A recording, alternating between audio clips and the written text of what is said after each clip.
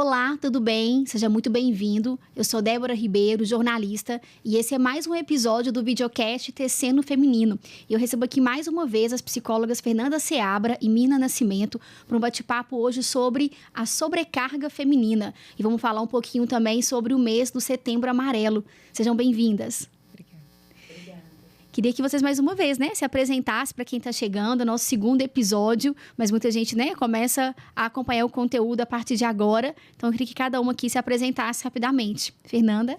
Eu sou Fernanda Seabra, psicóloga clínica, e agradeço mais uma vez essa oportunidade de estarmos juntas falando de temas tão importantes. Nós somos o Tecendo Feminino. Eu sou Mirna Nascimento e mais uma vez é um prazer estar aqui com você, Débora, para a gente poder conversar, com assuntos tão bacanas, gostosos de falar e trazer um pouquinho mais sobre o tecendo feminino. Hoje eu queria que a gente começasse primeiro só falando aqui rapidamente, do mês de setembro, que é o Setembro Amarelo, que fala aí sobre a questão da saúde mental, da saúde emocional das pessoas, que está cada vez aí mais em xeque, as pessoas a cada vez mais adoecidas, nesse pós-pandemia, muito reflexo ainda de tudo que a gente vem vivendo. Eu queria que vocês comentassem a importância, desse tipo de campanha e os sinais, o que leva uma pessoa a pensar em algum momento, a tirar a própria vida, e quais são os sinais, os sintomas, que aparecem, que a família, as pessoas próximas ali podem ficar atentas para tentar ajudar quem está passando por um momento desse.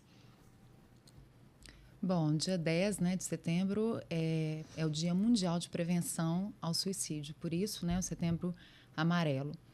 O que a gente vê, assim, na nossa experiência de consultório é que muitas vezes a pessoa está vivendo um processo de isolamento, depressão, decepção, desesperança, frustração, e ela não consegue pedir ajuda.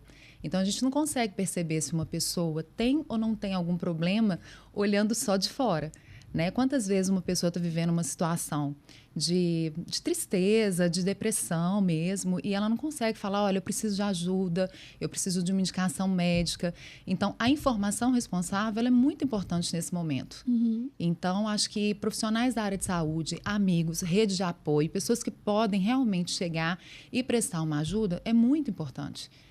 E as pessoas precisam dessa facilidade na informação, porque é um tema que ainda tem muito estigma por causa da questão da saúde mental. Sim. Então, considerada às vezes como, as pessoas achando que é uma doença mental, então elas têm vergonha de falar sobre esse tema. Tem vários tabus, nesse sentido. Sim.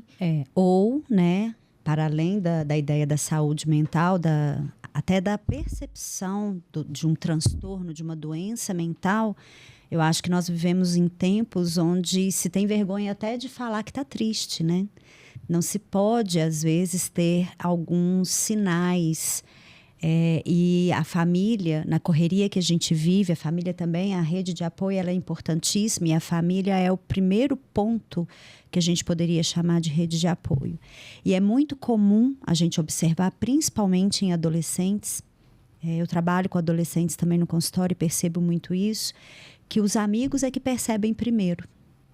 Claro que o adolescente ele está numa fase onde ele está mais voltado para o amigo. Uhum. A família atenta, que acompanha, sim, ela também vai observar, mas ela geralmente percebe, percebe-se mais para frente.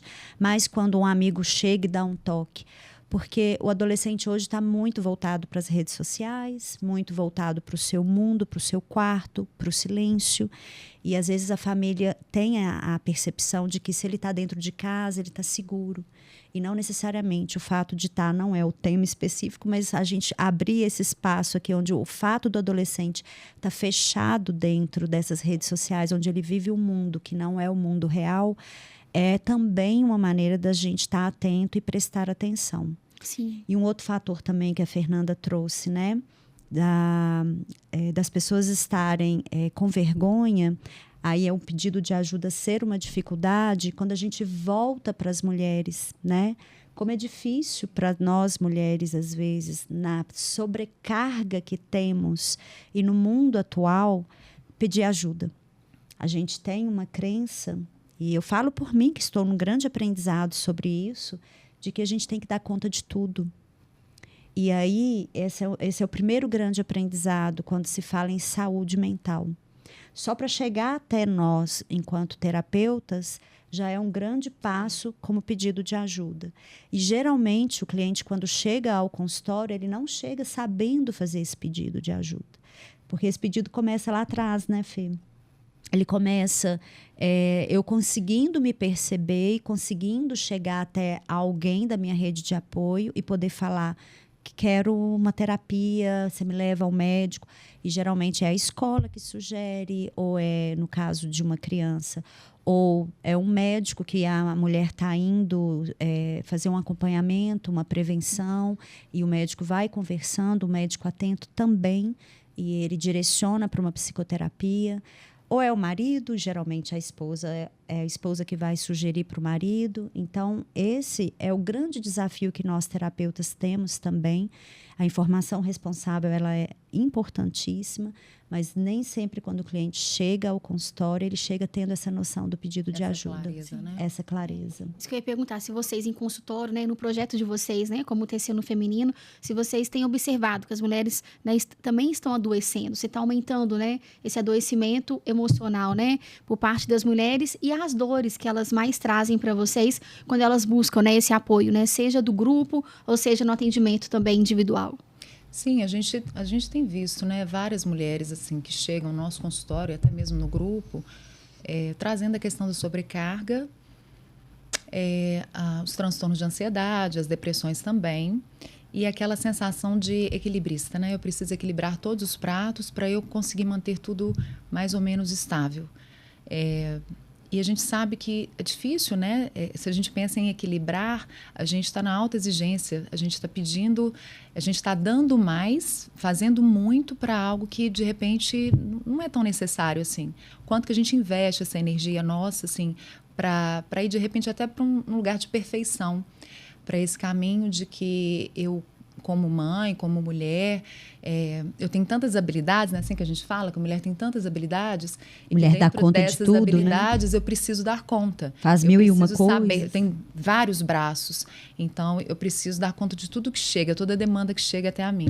Mas são essas coisas que a gente compra nas redes sociais hoje, esses discursos, né? Sim. A Bruna estava falando, né, da questão das redes sociais para os jovens, mas também tem muito discurso, né, que hoje é vendido nas redes sociais para as mulheres também. Então, Sim. essa coisa de equilibrar, de você postar todo dia na academia, malhando, feliz, bonita, né, no momento social, com os filhos, aquela mãe perfeita, né, bem-sucedida. E é muito difícil, né? É quase impossível, né? Você dar conta de ter essa rotina aí tão perfeita. Então, tem várias coisas hoje que as pessoas vendem, né, nas redes sociais e que as mulheres ficam tentando comprar. Acho que uma outra questão também que a gente vê muito, que eu quero que vocês comentem sobre isso, essa questão, né, do equilíbrio, de, eu não preciso de ninguém, né? Eu vou ser feliz sozinha. Então, até que ponto, né? Essa diferença aí da solitude e da solidão, né? O que é você ter uma relação saudável ou você abrir mão de ter uma relação e seguir sozinha? Eu vejo muito esse discurso também nas mulheres, né? Principalmente mulheres aí 35, 40 mais, que já viveram algumas experiências, né? Que já sofreram um pouquinho também e agora começam, talvez, a olhar mais para elas, né? E repensar essas relações. Então, tudo isso, né? Vai gerando essa sobrecarga, né? Essa busca, né? Pela perfeição, de estar dentro aí dos padrões que a sociedade, né? Continua colocando, né? Todos os dias. Isso que você está dizendo é muito interessante, Débora, porque a gente tem um nome para isso, né? Que é a codependência. Aí a gente precisa também olhar com um olhar cuidadoso, porque eu costumo falar para os casais assim, que existe a fulana, o fulano e um terceiro elemento, que é o casal. Esse casal é uma construção dessas duas individualidades, né? Então, por que eu falo o olhar cuidadoso? Porque é o entendimento. Eu, enquanto mulher numa relação saudável, funcional, o que eu entendo de uma relação saudável e funcional? É muito comum a gente escutar das mulheres a queixa de que elas estão sobrecarregadas no casamento, principalmente com filhos e tal. Mas a primeira pergunta que eu acho importante a gente estar fazendo, e fazendo o tempo todo, né? Mesmo aquela mulher que não tem um companheiro, porque ela pode ter uma rede de apoio. Como que ela constrói essa rede de apoio? E com o companheiro, como que ela o coloca nesse lugar de apoio? Como que ela o chama para a relação?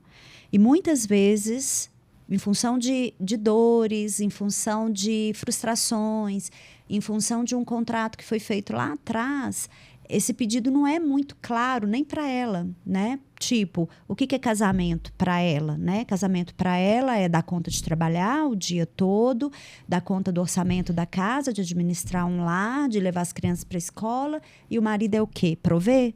Porque mesmo a gente estando num momento moderno, há esse modelo de casais. É muito comum esse modelo de casais.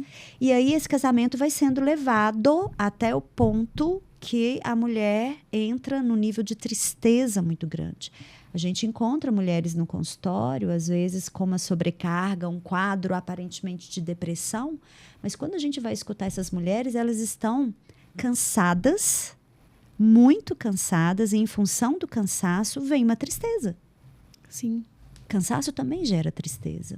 E é claro que uma tristeza não cuidada, ela pode Se tornar uma depressão. né?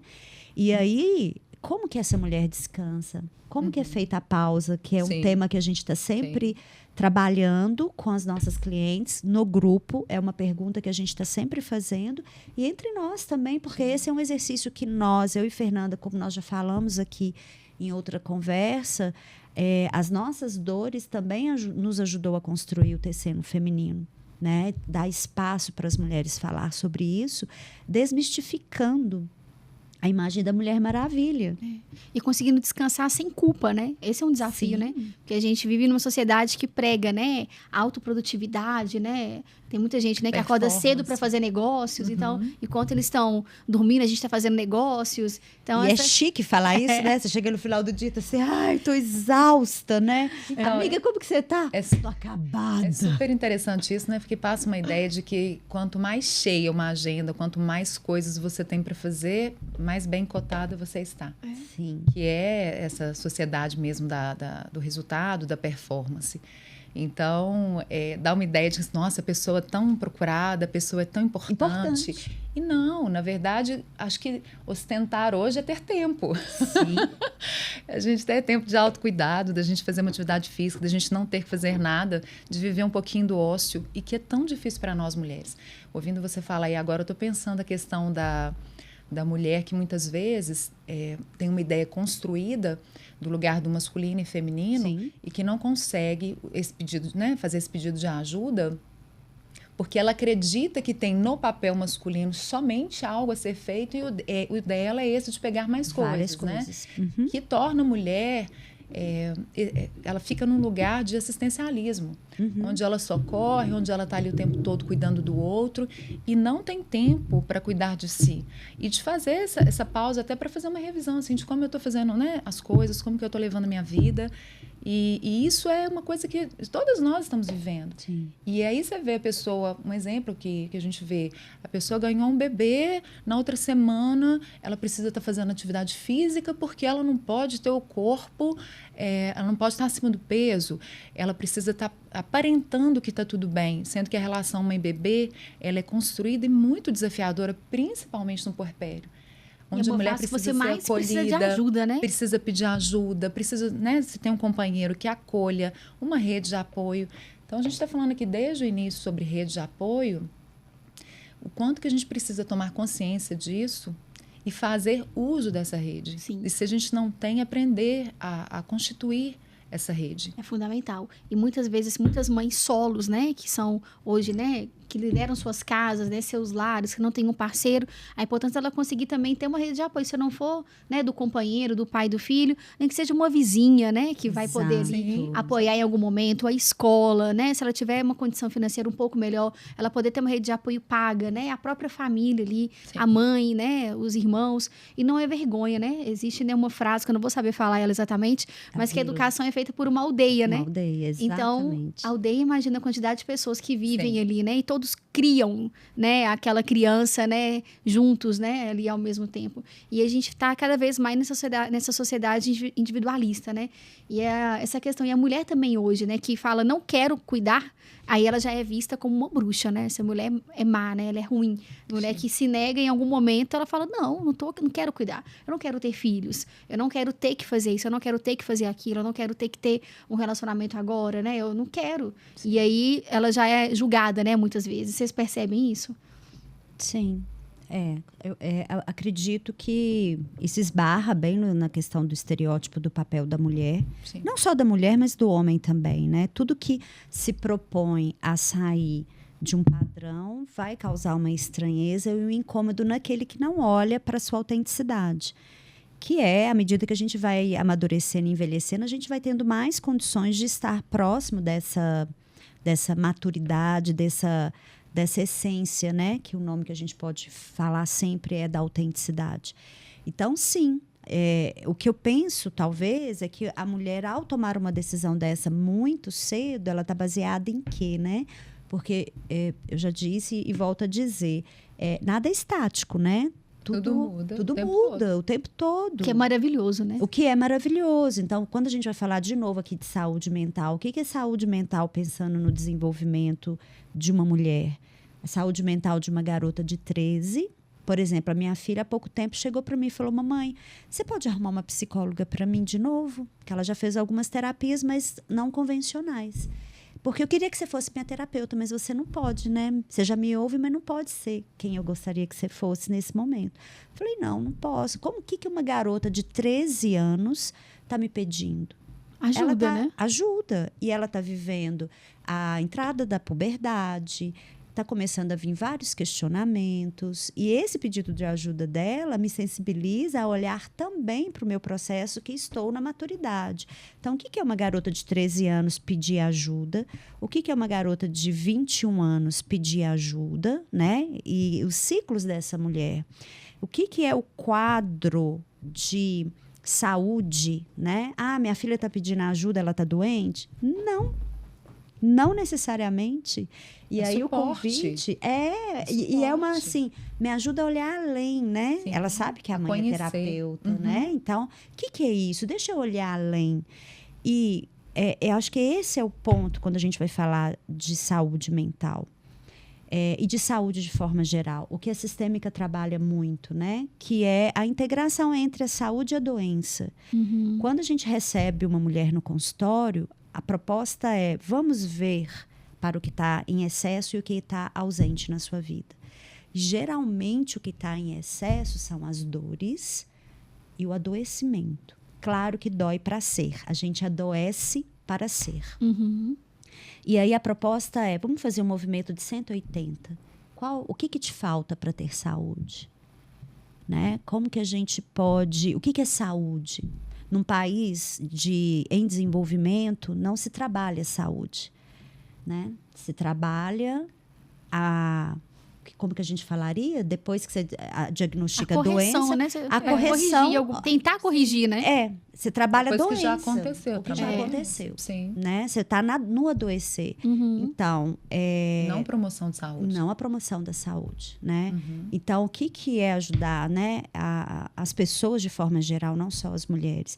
E nós, mulheres, ainda temos um agravante, que a gente tem uma vida... Eu não gosto dessa palavra, não. Útil. Não é bem na ideia de... É cíclica. Eu acho que a palavra melhor é cíclica.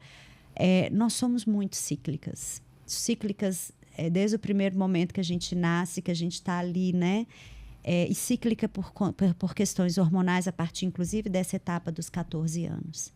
Então, como que é poder experimentar várias emoções e as dores de mudanças no corpo, que a nossa alma remexe muito lá na adolescência, mas remexe muito no climatério, se a gente for falar do climatério na menopausa. Uhum. Saúde mental no climatério na menopausa. Né? Então, acho que é um tema tão vasto. Sim. Né? Mas vocês percebem que os jovens, que as mulheres mais novas, adolescentes, né, quem está entrando agora na fase adulta, já está vindo com outra mentalidade, né, uma mudança de comportamento, né, da nossa geração, de gerações anteriores, para essa questão, né, de saber o que elas querem, o que elas não querem. né, de não ter vejo. mais tanto esse compromisso de ter que cuidar e ajudar o tempo todo? De olhar, né, de olhar um Eu pouco vejo mais para também. elas? Eu vejo. Eu acho que já vem com uma outra consciência. E eu acho que isso é válido por todas as mudanças, né, que vêm ocorrendo de modo geral. Mas ainda tem uma questão de ciclo que a mulher precisa passar para tomar consciência. Né? Como a Mirna está falando, 14, 21, 28 e assim sucessivamente. São os setênios, né? Dentro desses setênios. Porque a gente vai precisar viver a experiência também para se ver. Sim. E eu acho que essa questão também que a gente está tratando aqui é a autopercepção.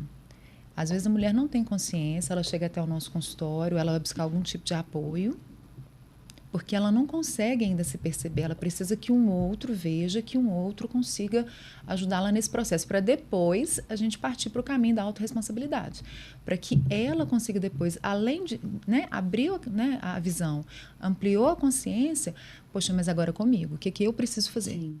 Então, quando a Mirna falava, né, assim, da doença, da saúde, para que eu tenha saúde, quais os passos que eu vou precisar dar? Essa responsabilidade é minha. Por mais que eu contrate uma terapeuta, o melhor médico, tome os melhores suplementos ou medicações, o trabalho é meu. Isso só vai me ajudar nesse processo, mas o que de fato eu preciso fazer? Então, acho que essas meninas de hoje, elas já vêm com uma cabeça diferente, mas elas também vão passar as questões cíclicas de cada momento, cada virada de setênio. Então, de modo geral, acho que é o amadurecimento. Sim, e Eu acho que é acho um também que a gente não pode tirar o mérito das mães que estão chegando Sim. muito mais evoluídas do que as nossas mães Sim. puderam ser. Então, isso que minha filha veio me pedir tem muito a ver também com um modelo de várias mulheres que ela convive, né? E não de só oportunidade. e de oportunidade, e que hoje a De psicologia, já entender por a exemplo, importância sim, disso, já né? entender, né? A entender a questão do esporte, da importância de um esporte que não é luxo, Uhum. né? É saúde, de entender a importância de se falar sobre temas que a gente não falava na adolescência. Com certeza. Na minha Uma vergonha, adolescência, às vezes, né, sim. do próprio corpo, das mudanças no corpo. Sim, E, né? de modo geral, o adolescente vai ficar ali desconcertado com isso, né? Desconcertada também Faz com parte isso. Faz mesmo, parte, mas né? era um tabu, né? Absorvente. Isso hoje já não... A minha filha de 17 anos hoje vem me Menstruação. contar as experiências dela de uma forma muito leve e sem medo de julgamento. Exato. Porque ela sabe que ela não vai ser julgada, né? Ela vai ser Exato. acolhida, Sim. né? Eu vou orientar, vou conversar, mas com uma comunicação... sem uma comunicação violenta, né? Isso. Agressiva. Então, isso, né, gera esse espaço aí, E essa já liberdade para o diálogo, né? E já ressignificando também a sua história, né? Sim. Que talvez você possa olhar para trás e falar como que eu pude conversar com a minha mãe, como que minha mãe Não pôde tinha conversar. conversa. Exato. Não existia diálogo, né? Então, assim, como isso está sendo cada vez... É um passo para a evolução, né? Então, eu acho que essas adolescentes chegam com esse ganho. Existem ganhos, né? E aí a gente precisa falar sobre irão eles. trazer questões que nós não vivemos também e que, de alguma maneira, nos ajudam a ajustar. Sim. Porque a gente também está no processo de aprendizado. Não só elas estão aprendendo e tendo essa oportunidade, como a gente também de atualizar. Exatamente. Atualizar nossos arquivos e aprender, porque a sexualidade, tem tantas questões hoje, né, que já mudaram e que o adolescente, quando traz, é uma oportunidade da gente olhar de um outro ponto de vista, agora aqui na frente. Então, é um encontro, né, das várias etapas de vida, Das das várias gerações. etapas, das várias E gerações. você trouxe, né, Fernanda, uma palavra super importante, né? Que autorresponsabilidade, que tem muito a ver também com o autocuidado, né? De você se cuidar para depois você poder cuidar do outro, né? Querer, né?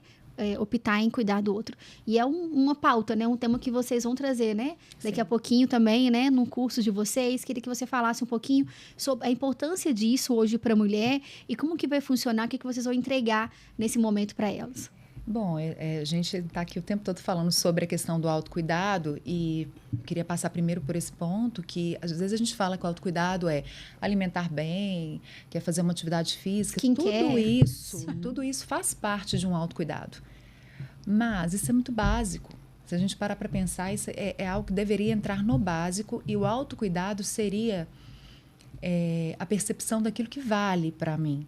além desse que é comum. Porque alimentação, a gente está falando de saúde física, saúde emocional e temos a saúde espiritual. Então, assim, isso é um básico, uma base para a gente poder ficar bem. Mas como que eu faço isso e qual o autocuidado que eu tenho comigo que não está no geral, o que é de fato importante para mim? Na minha pausa, o que eu, Fernanda, gosto de fazer? O que me faz conectar com a minha essência, com a minha alma? O que dá sabor? O que é bom? Então, aí eu entro nesse processo de autorresponsabilidade, porque eu sei de mim, eu preciso saber de mim. E essa é a nossa proposta no Tecendo. Né? Nós temos um curso que é o Autorresponsabilidade Feminina, onde a gente traz, né, abre esse espaço para mulheres se verem, se perceberem e se conectarem com a sua essência, de modo que elas consigam se autorresponsabilizar. E sair desse lugar, muitas vezes, de vitimismo também, né, vitimismo. Assim, porque eu preciso, eu sou a provedora, eu preciso trabalhar muito, porque eu tenho não sei quantos filhos, eles precisam de mim, aí eu não consigo ter tempo, eu não consigo me arrumar porque não sobra tempo, eu tô sempre ali cuidando da casa, eu preciso dar uma faxina e tal. Isso é bem interessante, porque é o quanto que eu desejo, de fato, investir naquilo que eu queixo, né? Investir em mim, né? Porque é super interessante isso, porque às vezes a pessoa fala, eu não faço terapia porque terapia é caro. Eu não faço tal treinamento, o curso, o nome que quiser dar, porque isso nesse momento vai ficar muito caro para mim. Mas aquilo ali vai ser um divisor de águas, aquilo ali pode ser realmente um momento de uma virada na vida da pessoa. Ou não tem tempo para isso, né? Mas é uma forma de não responsabilizar. É uma porque resistência, a gente né? investe em tantas outras coisas. Então, acho que a palavra seria o que eu priorizo? Sim. Nesse processo da autorresponsabilidade, o que eu estou priorizando? O que vale mesmo para mim?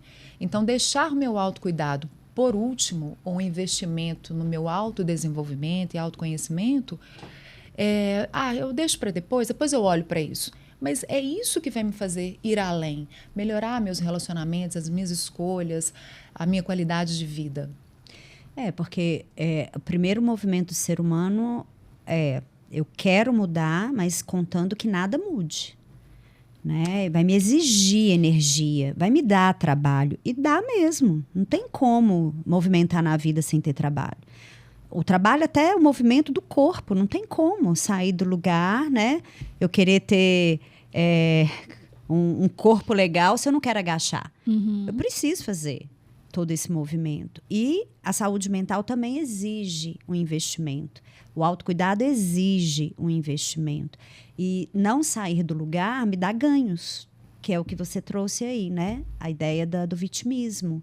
Quais são os ganhos que eu também tenho quando eu não dou lugar e não me responsabilizo por mim?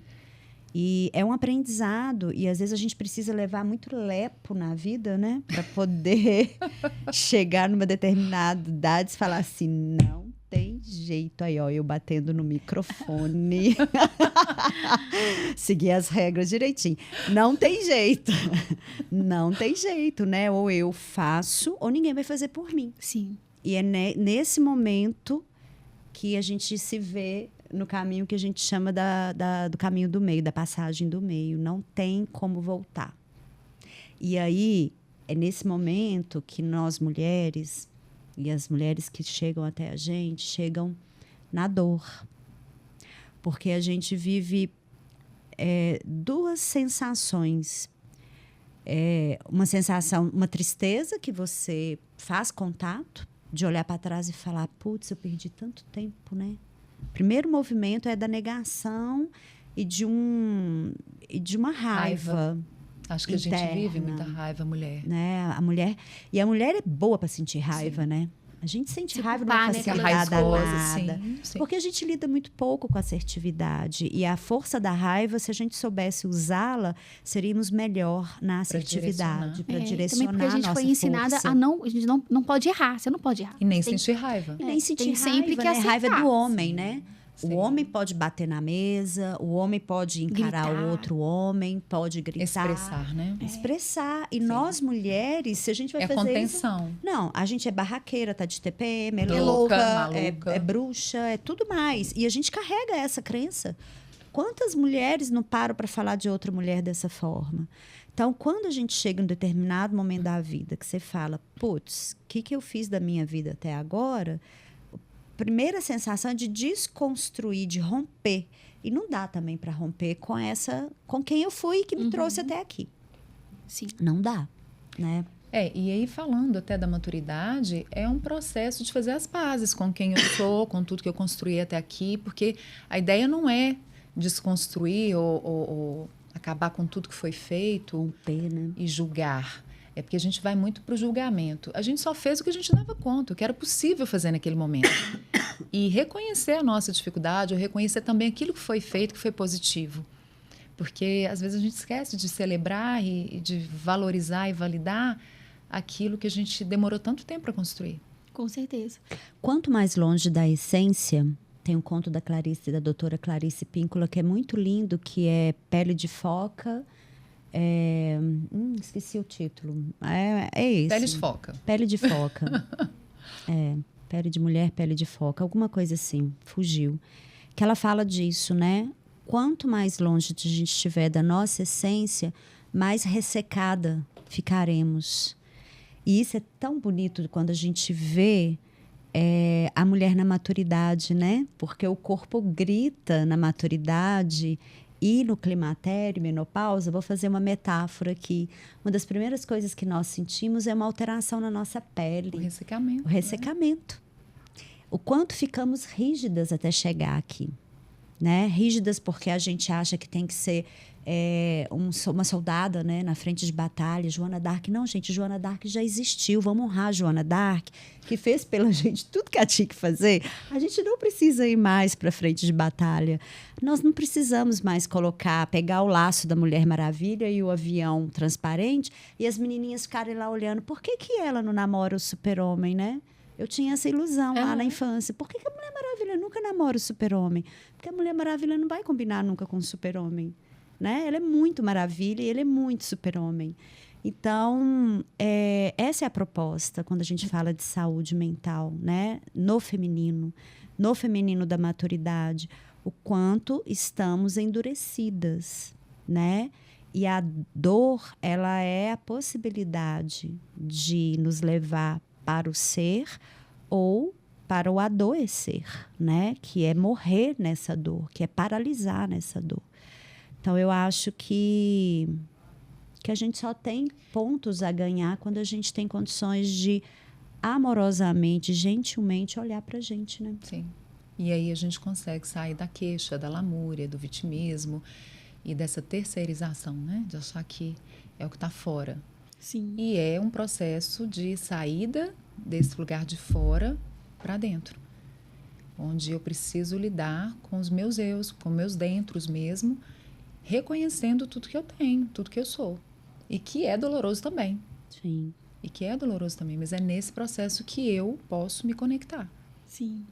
Menina, nosso bate-papo tá chegando ao fim, né? Passa sempre muito rápido. Queria que vocês deixassem aqui um recado, uma mensagem, né? Para essa mulher aí que tá sobrecarregada, né? A gente tá chegando aí no último trimestre, né, do ano. A gente sempre tem aquela coisa, né, início do ano, das metas. Então, será que todo mundo conseguiu, né, cumprir as metas que queria? Esse ano tá correndo agora, né, atrás de conseguir cumprir tudo que desejou lá atrás, né? Dá tempo, não dá tempo, essa correria, né, que as pessoas muitas vezes arrumam, né, até mentalmente. Então, qual o recado, né? O que vocês trazem aí de solução, né, de convite para essas mulheres ainda olharem para elas, né, esse ano e talvez começar, né, um 2025 aí diferente? Quando eu te escutava, a imagem que me vinha é assim, pare e solte. Eu acho que o primeiro ponto é a gente dar conta de soltar aquilo que está pesado. Né? Se tem uma sobrecarga, de fato perceber aonde está pesado e o que está pesado, o que eu estou levando a mais. O que eu estou levando a mais é porque eu não preciso, eu só tenho uma ilusão de que eu preciso daquilo. Ou preciso cuidar, ou preciso esperar o melhor momento para fazer, e aí sim a gente priorizar, que é uma palavra que a Fernanda trouxe, que eu acho que ela é importantíssima. Poder priorizar. Mas para soltar, a gente precisa aceitar a condição de não dar conta. De humana. E que está tudo bem não dar conta, né? E que está tudo bem, ao eu não dar conta, eu dou espaço para relacionar, para a relação com o mundo. Seja o mundo eu mesma, que aí eu vou para o autocuidado, seja o mundo é aquele vizinho do lado que eu vou pedir uma ajuda. Sim. É o parceiro, que eu nunca lembro, né? Tem uma propaganda da Helmas, não sei se vocês lembram, vou contar a minha idade. Lá atrás, que era de domingo, a mulher fazendo lá o almoço, a maionese, né? No domingo, e o homem lá sentadão, tranquilo, tomando a cerveja, assistindo futebol. E aí ela pega o potinho da Helmas e com toda a força do mundo, ela custa, mas ela abre. Quando ela abre, ela dá de cara com ele, bebendo a cerveja lá, no maior prazer. Aí ela fecha de novo e fala, bem, você pode me ajudar? E ele, claro, meu amor, né? É isso. O quanto que a gente não precisa perder a nossa capacidade de dar conta. A gente só não tem que dar conta o tempo todo, sim, né? E nem de tudo. Então, pare, solte, se escute. Acho que tem que se ouvir muito, né? Que eu acho que essa escuta interna, ela proporciona isso. O que é que eu estou fazendo? Quem eu sou? Acho que seria basicamente o início. É o início. Não o fim, né? É o início. O início do processo. O início do processo. Né? Muito bom, gente. E aproveitando também chamar para vir para o autorresponsabilidade, sim, né? Sim. Nós temos um curso muito bacana que vai falar sobre autorresponsabilidade. É um curso que ele tem início, meio e fim, né? E são que fica o convite. Encontros, né? E que nesses 4 encontros nós vamos trabalhar todos esses temas que a gente falou aqui e outros, né? Que tem relação com tudo isso. Muito bem, um primeiro passo, né? Sim. E que vai ser em breve, né? Sim. Primeiro passo para investir em você, né? Isso. Em si. Muito bom, gente. Obrigada mais uma vez, né? Pela contribuição, foi incrível. Fique atenta aí às redes sociais do Tecendo Feminino para vocês ficarem sabendo a data, né? Dos próximos eventos, né? Desse curso também de autorresponsabilidade, além de outras novidades aqui que a Fernanda e a Mirna sempre trazem para vocês. Por hoje é só e até o próximo.